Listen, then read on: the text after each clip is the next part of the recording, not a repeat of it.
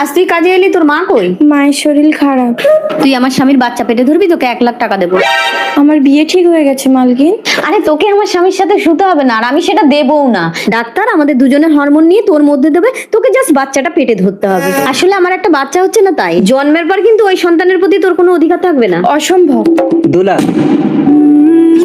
দেখুন, আমার ছেলে ডাক্তারি পাস করছে, নগদ 2 লক্ষ টাকা না দিলে বিয়ে হবে না।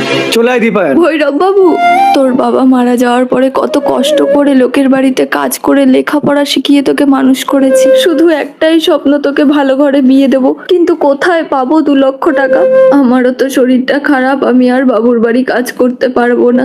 এক কাজ করি, তোর বাবার এই বাড়িটা বিক্রি করে দিই। না মা, বাবার বাড়ি বিক্রি করতে হবে না। আমি বাবুর বাড়ি কাজ করে 2 লাখ টাকা ধার করে তোমার স্বপ্ন পূরণ করব মা।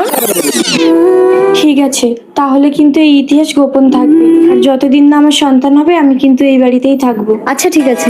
সুহাসী, মালিক, এই নাও, তোমার মেয়ে তোমাকে 2 লাখ টাকা দিতে বলেছে। আর হ্যাঁ, ও এখন কদিন আসতে পারবে না। মালিক আপনি ভগবান। ঠিক আছে, কয়েক মাস পর। ঋতু, হ্যাঁ মালিক। আমাকে 1 গ্লাস জল দে তো। আনছি। তুমি ওকে কেন কাজের কথা বলছো গো? আমি এত জ্বর নিয়ে সব কাজ করছি। চল ঋতু, তোর পেটে আমার সন্তান, তোকে কিচ্ছু করতে হবে না। কি হলো মালকিন? কিন্তু ভাগ্যের অদৃষ্ট পরিহাসে তার স্ত্রী হঠাৎ অসুস্থ হয়ে পড়ে। তাকে হাসপাতালে নিয়ে গেলে ডাক্তাররা তাকে মৃত বলে ঘোষণা করে। এইভাবে কেটে গেল আরো কিছুদিন। এই যে, আপনি কি 2 লাখ টাকা দিয়ে আমার ছেলের মাথা কিনে রেখেছেন? আজকাল করে করে আমার ছেলের বিয়েটা আটকে রেখেছেন। 5 দিনের মধ্যে যদি বিয়েটা না হয়, তাহলে 2 লাখ টাকাও ফেরত পাবেন না। আমার ছেলের সাথে আপনার মেয়ের বিয়েটাও দেবো না। কেন জানি না, মেয়েটা মালিকের বাড়ি থেকে আসতেই চাইছে না। বিশ্বাস করুন, ও বাড়িতে আসলেই আমি বিয়েটা দিয়ে দেবো। কোন মালিকের বাড়িতে আছে চলুন তো। হরলিক্সটা খেয়ে নে ঋতু। মালিক, আপনার স্ত্রী মারা গেছে, আর আমাকে এই অবস্থায় আপনার ঘরে দেখলে মানুষ কি বলবে? জানি না রে, তোর মালকিন আমাকে এভাবে ফেলে চলে যায়। ঋতু, মা, এই জন্যই তাহলে আপনি 2 লাখ টাকা আমাকে দিয়েছিলেন? এইভাবে একটা গরিবের ক্ষতি করতে পারলেন? বাবু আমার কোনো ক্ষতি করেনি মা। আসলে আমার স্ত্রীর সন্তান হয়নি। আমি বলছি সরোগেট মাদার।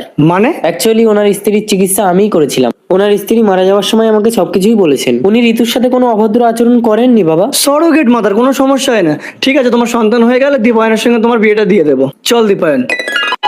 মালকিন মারা গেছে? হ্যাঁ মা। এইভাবে আরো কিছুদিন সেবা শুশ্রূষার পর অবশেষে এক পুত্র সন্তানের জন্ম দিল ঋতু। আসুন ভৈরব বাবু, আমার মেয়ের সন্তান হয়ে এই গেছে। নিন, আপনার সন্তানকে নিন বাবু। এসো ঋতু। কি হলো ঋতু, বিয়ের লগ্ন পেরিয়ে যাচ্ছে, চলো। আমি আমার সন্তানকে ফেলে যেতে পারবো না। দেখেছেন, সন্তানকে ফেলে মা কখনোই যেতে পারে না। ঋতু,